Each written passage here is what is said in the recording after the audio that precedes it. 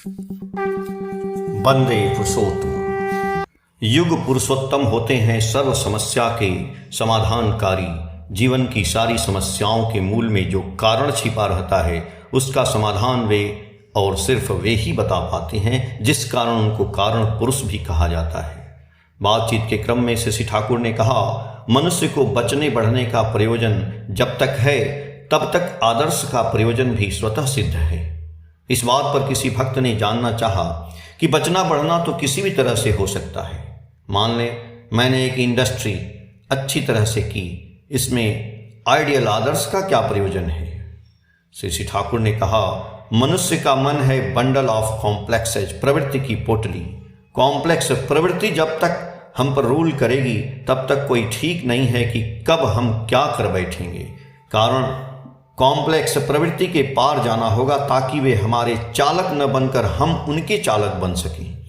इनके ऊपर प्रभुत्व पाने के लिए स्वयं में आबद्ध होकर रहने पर वैसा नहीं कर पाएंगे। एबव एंड बियॉन्ड आवरसेल्व्स, हम सभी के ऊर्ध्व में वेल एडजस्टेड इंटीग्रेटेड कैरेक्टर, सुनियंत्रित संगत चरित्र वाले आचार्य हैं। वे जो करके जाने हैं उनमें लिगार्ड, अटैच्ड एवं सरेंडर्ड, बद्धयुक्त आत्म समर्पित होना पड़ेगा।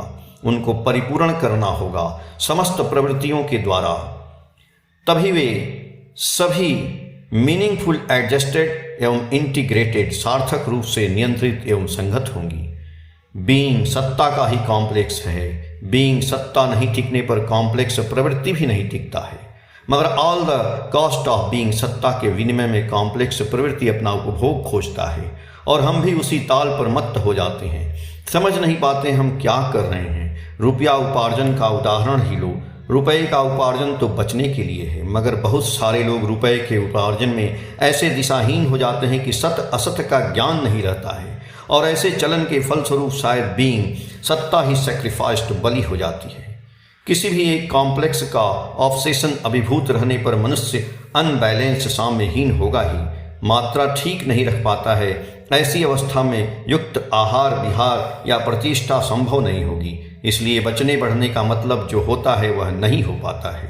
मगर मनुष्य आचार्य अनुराग लेकर जो भी करे उसमें ही सोना फलता है। आचार्य के निर्देश मुताबिक चलना ही है साधना।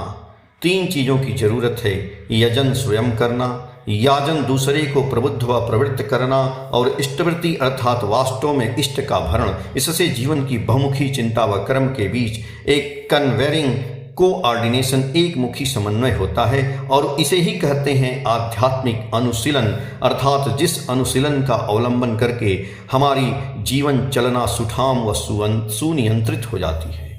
जीवन के सृष्टिकर्ता ही जीवन के ऐसे तुक बता सकते हैं।